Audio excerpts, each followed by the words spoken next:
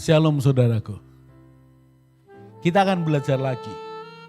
Dan kita masih belajar pengajaran keluarga. Menikah adalah kehendak Tuhan. Manusia diharapkan bisa mengerti kehendak Tuhan dalam pernikahan.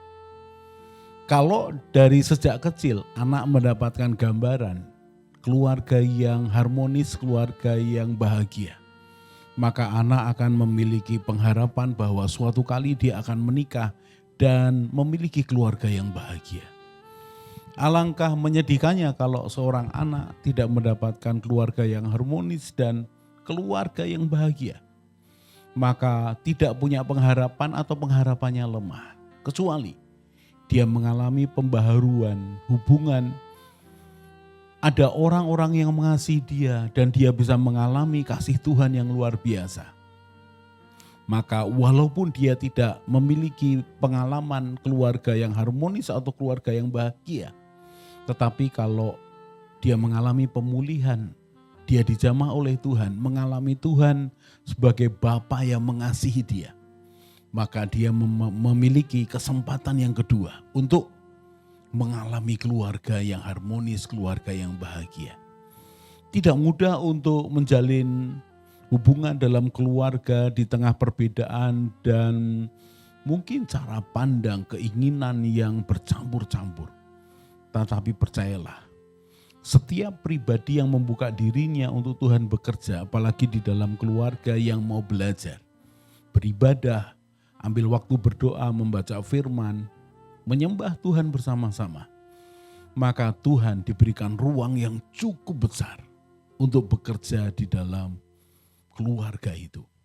Kalau saya sharing pengajaran keluarga, bukan berarti saya dari keluarga yang bahagia di awalnya, keluarga saya membesarkan saya dengan hal yang indah, yang memotivasi, yang memberikan semangat. Tidak sama sekali. Saya justru lahir dibesarkan dalam keluarga Kristen tapi gagal. Orang tua saya bercerai dan kami berlima anaknya menjalani masa-masa sulit. Masa-masa disisihkan, masa-masa mungkin diejek, dihina, tidak dipandang. Dan memang itu masa sulit buat kami.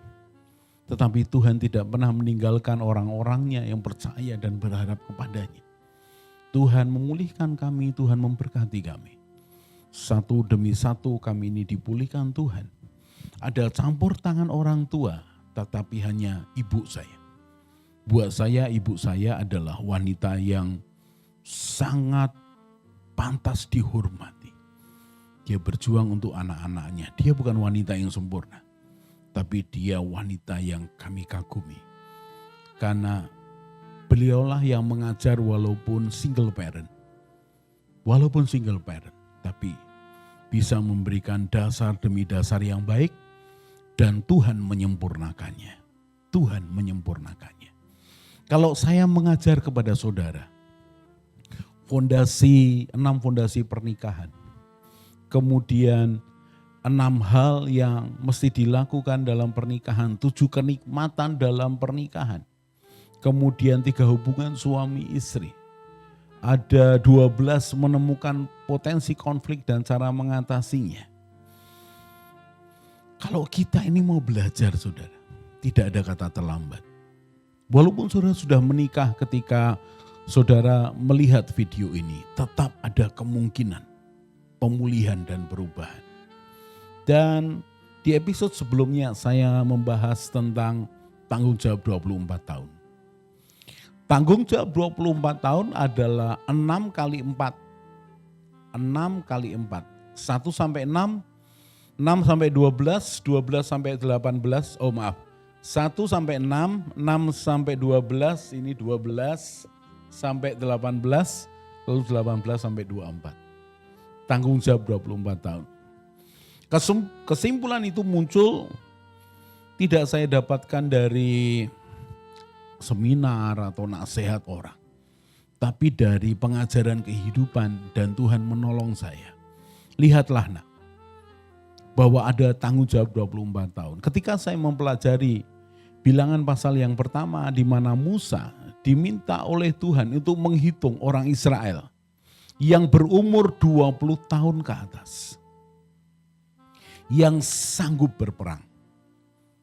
Kata sanggup berperang berarti 20 tahun ke atas dianggap sudah mulai dewasa, sudah bisa bertanggung jawab, sudah bisa membela bangsanya, sudah bisa diajak kerjasama. Itu salah satu garis angka minimal pengajaran yang saya terima. Oh, ternyata ada angka tertentu. Kemudian ketika usia demi usia muncul ada batasan di Alkitab. Dalam pelajaran, sekian lama pelajaran kehidupan, seminar berpuluh-puluh kali, diskusi, ngobrol dengan banyak teman-teman. Muncul pengajaran ini. Berarti ada tanggung jawab 24 tahun. Mengapa saya pakai 24 tahun? Karena ternyata 36 kali ini adalah dasar kasih sayang, dasar pengajaran dan disiplin, lalu dasar pengertian dan pertimbangan. Di dalam 6 tahun yang keempat, tahun 18 tahun sampai 24 tahun. Di sana ada usia 20 tahun yang dipakai oleh Musa, mereka yang sanggup berperang dihitung. 20 tahun ke atas. Dan saya masukkan di sini. Orang-orang yang sudah mengerti jati dirinya, tujuan hidupnya, sudah mengerti bagaimana bertanggung jawab, sudah diajar tentang otoritas, sudah belajar menghargai orang, sudah memiliki pertimbangan yang baik. Maka tanggung jawab 24 tahun mestinya dilakukan oleh setiap orang tua.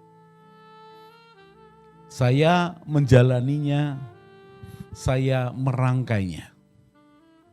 Karena tanggung jawab 24 tahun itu muncul ketika saya berumur 50, mungkin 52 atau 53. Artinya saya sudah melewati masa dengan anak-anak. Anak-anak sudah mulai besar, sudah mulai kuliah, sudah mulai kerja, yang paling kecil sudah mulai memasuki hampir selesai SMA-nya, sudah mulai memasuki kuliahnya. Tapi justru pengalaman anak-anak ini, ya jatuh bangunnya, susah payahnya, itu memberikan value, nilai dalam hidup saya. Lalu pengalaman konseling dengan puluhan, ratusan, bahkan ribuan orang selama puluhan tahun, memberikan garis merah, benang merah. Oh, ternyata memang beda. Oh, ternyata orang tua mesti beda peran. Dan lambat laun terbentuk pengajaran ini saya bagikan kepada saudara. Saudara boleh mengeditnya, menambahinya sesuai dengan kebutuhan saudara. Tapi minimal izinkan saya sampaikan pengalaman hidup saya ini dulu. Supaya apa? Supaya saudara bisa belajar, saudara bisa menambahkannya, menyempurnakannya. Saya tidak keberatan. Saya senang ketika orang menerima pengajaran, mengembangkannya. Sangat baik. Karena ini pengalaman hidup, ini bukan cuma teori. Tanggung jawab 24 tahun. Di episode sebelumnya kita belajar 12 tahun pertama parenting, yaitu 6 kali 2. Umur 1 sampai 6, ini bukan umur 1 tahun loh, bukan. Kalau boleh saya katakan 1 detik dia hidup. Sampai umur 6 tahun. Tapi untuk mempermudahnya saya katakan 1 sampai 6. 1 detik sampai 6 tahun. 6 tahun sampai 12 tahun. Ini merupakan bagian dari 3 dasar. Karena 3 dasar ini, 1, 6, 12, 12, 18. 3 dasar ini, 18 tahun ke bawah ini menjadi dasar yang akan menentukan karakter, kebiasaan, membentuk akan pribadi anak. Ini dasar, sekali lagi hati-hati dengan dasar yang kita bangun untuk anak-anak kita. Izinkan saya mereview untuk kita semua. Umur 1 detik sampai 6 tahun, orang tua berperan sebagai ayah dan ibu yang baik. Ini adalah dasar kasih sayang. Anak-anak mesti ngerti bahwa dia diterima di keluarga itu, diingini, disayangi, dan cukup kebutuhannya. Ada rasa aman secara spiritual, secara kejiwaan, kebaikan, kelembutan yang dia butuhkan di masa anak-anaknya. Itu terbangun, ada ikatan batin. Saudara bisa bayangkan ketika pertama kali anakmu umur setahun lebih bisa mulai bicara dan panggil papa atau mama. Itu merupakan pengalaman batin yang luar biasa. Anakmu sendiri panggil papa, mama. Wow, itu setelah latihan berkali-kali. Sampai kemudian saudara terbiasa. Tapi momen ikatan batin itu mulai dibangun. Engkau menyuapi anakmu, engkau mendampingi ketika dia bermain. Engkau bersama-sama dengan istrimu atau suamimu menangani anak dibawa ke rumah sakit ketika sakit. Ada sentuhan, ada tangisan, ada doa. Itu ikatan batin. Sekali lagi ini dasar.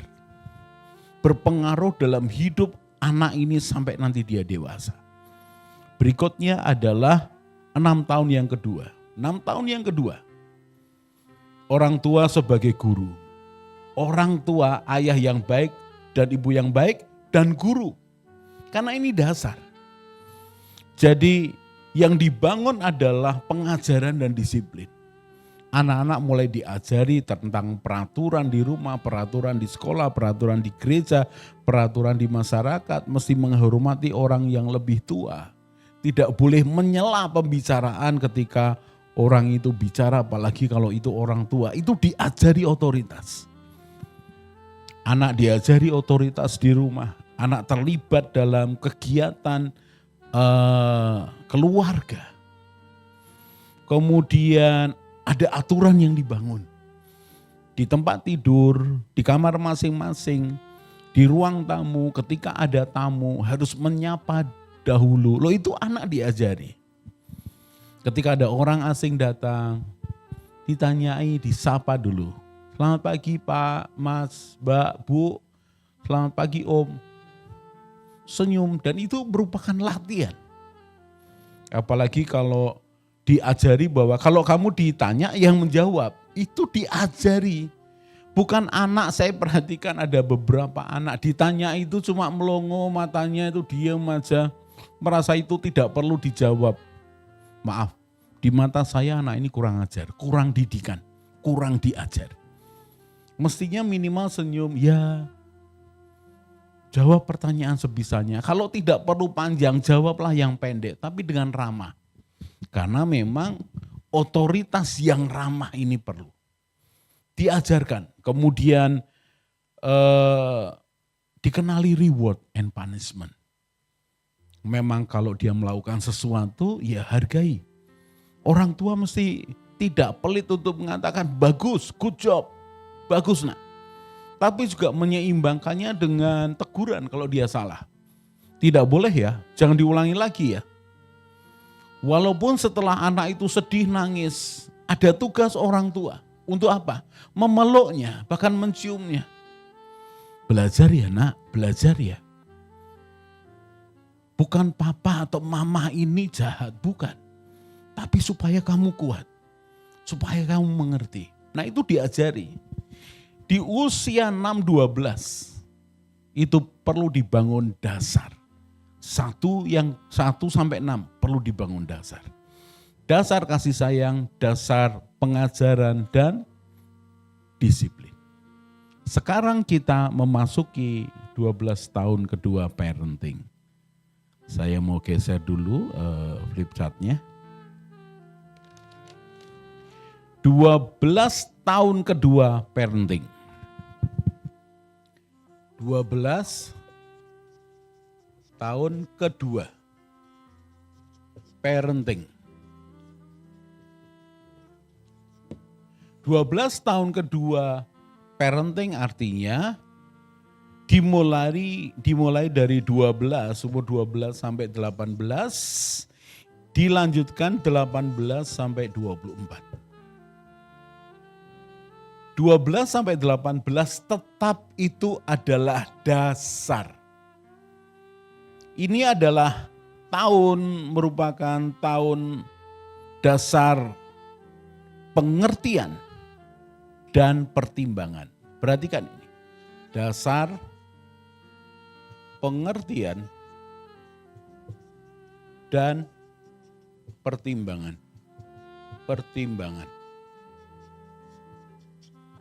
Anak mau tidak mau ketika dia tambah besar harus diajari, didampingi. Mengapa itu terjadi?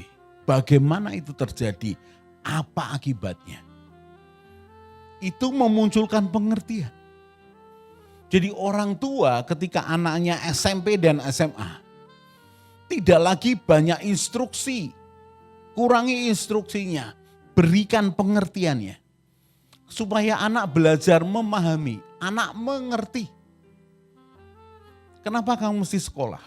Kenapa kamu mesti seragam, pakai seragam? Kenapa kamu mesti hormat dengan guru? Kalau sebelumnya ketika dia SD, 6 tahun kedua, 6-12, ya kamu hormati guru aja. Kenapa? Ya karena guru pantas dihormati. Tapi ketika dia menjadi masuk SMP atau SMA, bukan cuma dia pantas dihormati, bukan. Karena guru adalah wakil orang tua di sekolah. Karena guru memegang otoritas dan kamu hormat dengan otoritas. Kalau kamu tunduk kepada otoritas, ketika kamu nanti sebagai pemegang otoritas, orang akan tunduk kepadamu. Berikan pengertian. Dan di usia 12-18 SMP SMA ini, sudah perhatikan, akan banyak pengaruh dari luar. Yang sekarang ini yang mengerikan adalah di media sosial. Media sosial itu seperti mencuci otak, mempengaruhi banyak hal yang negatif. Saya harus katakan, saya minta maaf kalau sudah tidak sepakat dengan saya. Tapi dunia internet 95-96% itu buruk. Buruk. Hanya 4-5% yang baik, sehingga kita ini harus menyaringnya, memilihnya. Dan di masa inilah kita memberikan pertimbangan kepada anak kita. Mengajari menimbang mana yang baik, mana yang jahat, mana yang berguna, mana yang tidak berguna, mana yang perlu disimpan, mana yang perlu dibuang, mana yang perlu dijadikan teman, mana yang perlu dijauhi. Ngobrollah dengan anakmu, karena anakmu akan menimbang. Dan jangan melawan atau anti kritik. Kalau dia punya pendapat yang berbeda, dengarkan. Mengapa seperti itu? Diskusi dengan anakmu. Memang ya masanya seperti itu. Dan peran orang tua adalah sebagai teman atau sahabat untuk anak-anaknya. Tidak mudah, sudah. Kalau kita pernah belajar 3 hubungan suami istri, sebagai kekasih, sebagai sahabat, kemudian sebagai sekutu. Berlakulah sebagai sahabat untuk anakmu. Tempat anakmu lari, tempat anakmu curhat, tempat anakmu berbagi. Jangan banyak nasihat. Nasihat itu saat nanti, bukan saat nanti, sudah dilakukan di 6 tahun kedua. Seringkali orang tua itu salah di sini. Terus nasihat terus. Tidak loh. Saatnya saudara berikan pengertian dan ajari untuk menimbang. SMP, SMA. Kalau semua orang tua bisa melakukan ini bersama-sama. Lihat sekali video, lihat sekali lagi tentang 6 tugas bersama suami istri. Anak butuh 2 sentuhan. Orang tua mesti bekerja sama untuk mendidik anaknya. Lalu apa yang mesti dilakukan orang tua kepada anaknya? Saya tulis di sini kewajiban. Kewajiban ortu, orang tua. Yang pertama, mengajar bagaimana menyelesaikan masalah. Selesaikan masalah. Repotnya kalau orang tua itu tidak mau menyelesaikan masalahnya. Beberapa orang lari dari masalah membiarkannya selesai sendiri padahal tidak selesai. Bagaimana kalau dia tidak pernah menyelesaikan masalah lalu mengajari anaknya? Akan kesulitan. Tapi saya harus katakan, tugas pertama SMP, SMA anakmu, engkau harus mengajari menyelesaikan masalah. Didengarkan dulu, dikupas dulu akar masalahnya apa. Lalu bagaimana menyelesaikannya. Ketika dia berkelahi dengan temannya di sekolah karena dibully. Ingat, yang pertama adalah pengertian dan pertimbangan. Duduk dulu, mengapa itu terjadi? Anakmu cerita bahkan sampai nangis. Dia tidak peduli, Pak, dia menghina aku, Pak. Oh, bagaimana menghinanya? Ketika temannya itu menghina, temannya menghina, masalah tidak punya barang tertentu. Besarkan anakmu. Ya memang papa mama belum bisa belikan. HP-mu HP yang lama, tapi kan masih bisa dipakai. Ya tapi beda dengan teman-temanku, Pak. Ya tapi yang penting nak, ini kan kita memang belum beli. Kita terima dulu keadaannya. Ajari anakmu menghadapi masalah. Kalau dia nanti mengejek lagi, jawab aja, tapi kan bisa dipakai. Lalu ketika teman-temannya mulai membuli masalah bentuk tubuh dan segala macamnya, besarkan hati anakmu. Katakan papa mama mencintai kamu. Orang lain boleh komentar kayak apa, keluarga ini kita keluarga, saling mencintai. Jadi jawab aja, apa kamu ini apanya lah, mau rambutnya, kulitnya atau apa. Jawab aja, tapi papa mamaku sayang sama aku. That's it. Imbangi aja, jangan lawan dengan mengejek, enggak usah. Siapa tahu justru temannya tidak punya papa mama yang sayang seperti keluarga saudara. Lalu yang kedua, mengajarkan bagaimana menimbang segala sesuatu. Dua, menimbang segala sesuatu dengan firman Tuhan. Kita ini tidak mengajari anak untuk membalas. Kita ini mengajari anak untuk melakukan kebenaran firman Tuhan. Jangan ada benih kebencian ditanam kepada anak kita. Jangan. Kita latih anak-anak kita untuk lakukan sesuai dengan kebenaran Alkitabiah. Mengapa? Ya itu dasar kehidupan. Ajari anakmu untuk terus baca Alkitab, merenungkannya, menghafalkannya. Kalau perlu satu keluarga menghafal 1 ayat selama seminggu. Lalu tambah lagi 1 ayat minggu berikutnya. Lalu ketika menghadapi banyak masalah, pakai ayat itu untuk menyelesaikannya. Sehingga anak-anakmu engkau ajari untuk menimbang. Oh yang ini tidak baik loh. Contoh pergaulan yang baik dirusakkan oleh kebiasaan yang buruk. Pergaulan dengan orang-orang buruk ini akan merusak hal yang baik. Diskusi dengan teman-temanmu, dengan anakmu tentang teman-temannya. Akan berbeda saudara. Lalu yang ketiga. Yang ketiga adalah banyak mendengar. Banyak mendengar. Jangan banyak bicara dulu. Banyak mendengar untuk mengerti. Banyak mendengar dan memahami. Karena engkau sebagai teman, engkau sebagai sahabat. Seringkali beberapa hal tidak perlu nasihat. Hanya mendengar aja. Kalau engkau punya nasihat sesuai dengan pengalamanmu sekian puluh tahun hidup. Tapi engkau tahu saatnya tidak tepat. Karena anakmu lagi emosional, biarkan dia bicara. Jadilah menjadi motivator yang baik. 4. Motivator yang baik. Karena engkau sebagai sahabat, tapi engkau itu juga orang tuanya. Engkau arahkan anakmu bahwa kalau engkau membalas akan muncul pembalasan yang lain. Kalau engkau balas menghina, engkau akan dihina dan tambah lebih berat lagi. Cobalah kasih teman-temanmu, cobalah doakan mereka. Oh, itu menjadi bagus sekali. Lalu kita masuki 18:24. Orang tua sebagai pelatih. Dan ini adalah tahap persiapan mandiri. Saya tulis di mana? Di sini aja. Persiapan mandiri.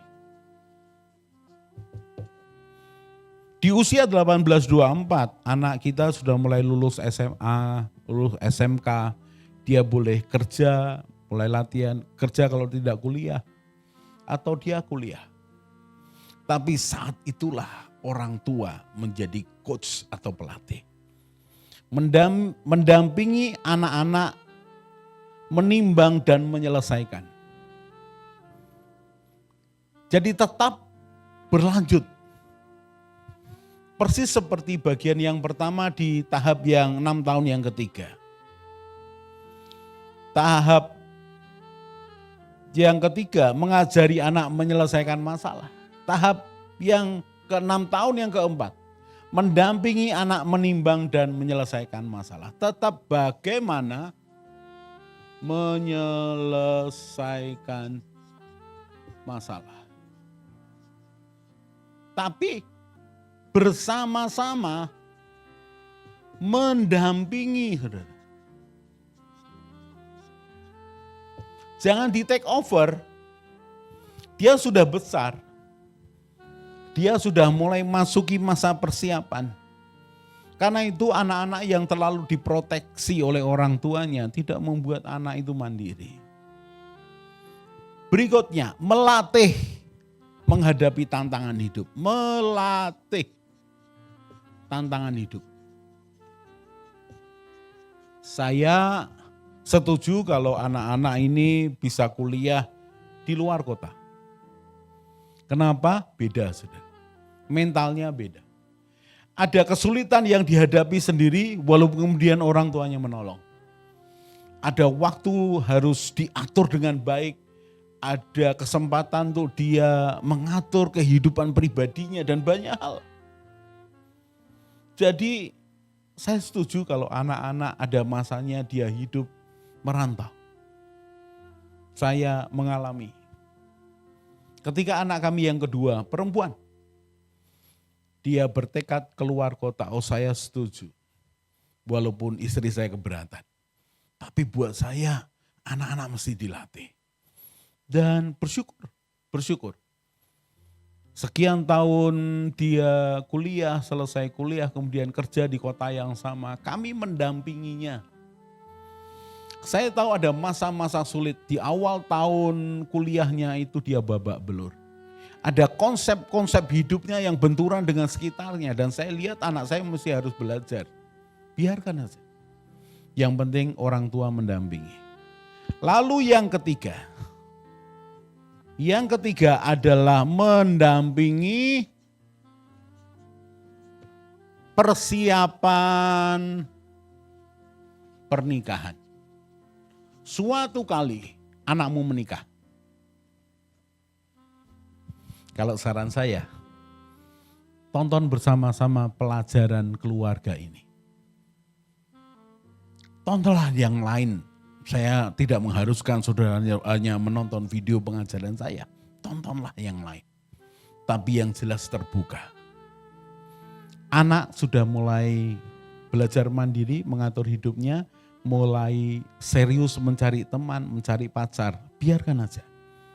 Ajari anak untuk menjaga diri, ajari anak untuk menjaga kekudusan sampai pernikahan kelak. Ajari anak-anakmu untuk mempraktekkan pengajaran-pengajaran keluarga yang baik. Kalau saya ya suruh anakmu nonton video pengajaran keluarganya Pak Yos. Banyak hal.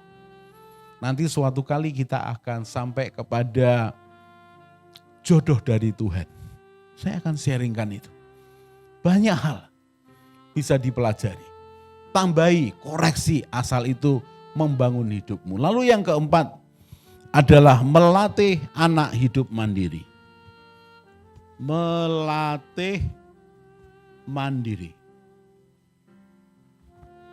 Ketika anakmu sudah mulai kerja, memasuki dunia kerja, mengatur hidupnya sendiri, ajari dia untuk menomorsatukan Tuhan. Penghasilanmu 1/10 adalah berkat Tuhan, sumbernya dari Tuhan. Kembalikan perpuluhan.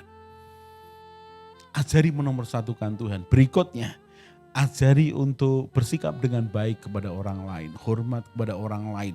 Maka buah dari pengajaranmu sejak dia umur 1 detik, dasar kasih sayang dilanjutkan SD, dasar pengajaran dan disiplin, dilanjutkan SMP, SMA, dasar pengertian dan pertimbangan, dilanjutkan dengan latihan sebagai coach untuk anak-anakmu. Anakmu tidak merasa sendiri, bisa untuk mengatasi kehidupan. Coba lihat ayatnya, Ulangan pasal yang ke-6. Saya bersyukur kita bisa belajar dari bangsa Israel yang memiliki Tuhan yang menciptakan bangsa ini, membesarkan bangsa ini, melatih bangsa ini berperang, lalu memberikan tanah perjanjian kepada bangsa ini. Selain itu, bangsa ini diberikan perintah, ketetapan, peraturan. Ada 10 perintah Tuhan. Ada pengajaran-pengajaran Taurat untuk mendidik anak, untuk bersikap baik secara sosial, bertanggung jawab. Perhatikan Ulangan 6 ayat 1 dan 2. Inilah perintah, yakni ketetapan dan peraturan yang aku ajarkan kepadamu atas perintah Tuhan Allahmu untuk dilakukan di negeri kemana kamu pergi untuk mendudukinya. Supaya seumur hidupmu engkau dan anak cucumu takut akan Tuhan Allahmu dan berpegang pada ketetapan dan perintahnya yang kusampaikan kepadamu, dan supaya lanjut umurmu. Diberikannya ketetapan, lihat ayat 1 lagi. Diberikan peraturan, ketetapan, perintah yang harus diajarkan. Masih ingat Ulangan 4 ayat yang ke-9. Jangan lupakan apa yang kau alami dengan Tuhan. Jangan hilang dari ingatanmu. Beritahukanlah kepada anakmu, cucumu, cicitmu. Itulah estafet generasi. Estafet pendidikan, pengajaran, pengalaman dengan Tuhan. Dengan kita melakukan tanggung jawab 24 tahun, maka kita mempersiapkan generasi berikutnya. Lebih baik lagi, lebih baik lagi. Jangan pernah putus asa dengan anakmu. Bagaimanapun engkau orang tua lebih pengalaman hidup, lebih lama daripada anak-anakmu. Jangan takut dengan anakmu. Engkau mungkin secara pendidikan akademis kalah, tapi secara hati, secara otoritas, secara mandat engkau dapat dari Tuhan untuk mengasihi anakmu. Kalau itu salah, katakan salah. Kalau anakmu harus ditegur, tegurlah anakmu. Kenapa? Karena otoritas sebagai orang tua. Sekali lagi, jangan pernah putus asa. Apapun yang terjadi, andalkan Tuhan. Libatkan Tuhan dalam mendidik anak-anakmu, dalam mengajari, mendampingi mereka, dalam membangun hubungan suami istri, membangun hubungan anak dengan orang tua. Jangan pernah putus asa. Libatkan Tuhan dan berharap kepada Tuhan. Tetaplah semangat. Ke depan ada banyak tantangan, tapi ke depan Tuhan juga semakin menunjukkan kasih-Nya kepada kita. Tetap semangat saudaraku. Kita akan ketemu lagi di episode yang berikutnya. Tetap semangat. God bless.